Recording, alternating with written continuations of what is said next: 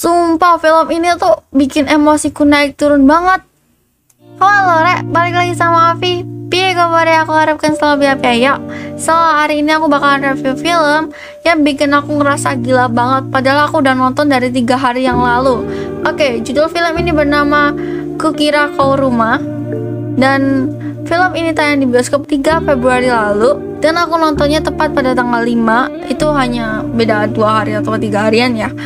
Nah, di saat itu aku nonton tuh masih belum ada spoiler. Kayak sekarang kan banyak banget nih spoilernya dari TikTok, dari manapun.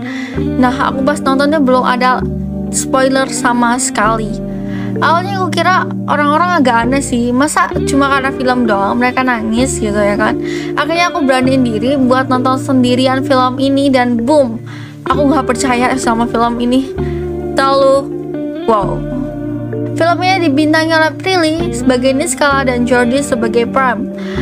Di sini garis besarnya adalah Pram seorang cowok yang kesepian, sedangkan Niskala adalah cewek yang terkena penyakit psikologi yakni bipolar.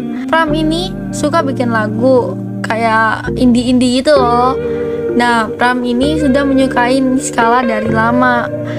Lalu Pram ini deketin Kala, dan Kala juga jatuh hati sama Pram.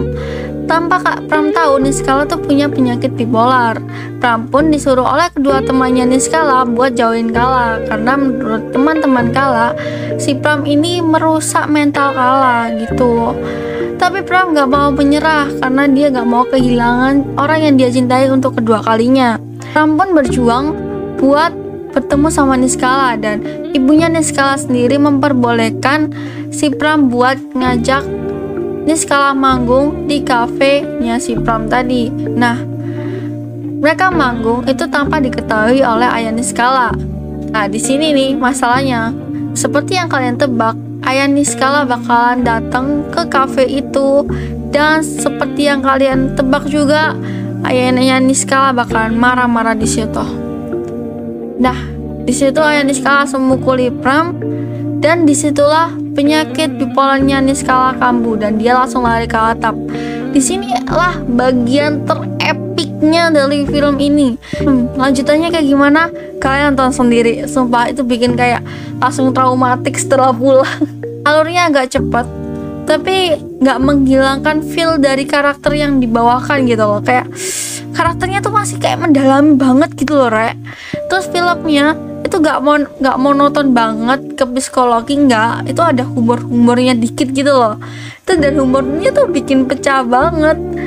Terus lagu yang dibawakan itu bener-bener enak didengar dan membawakan perasaan yang tenang gitu loh.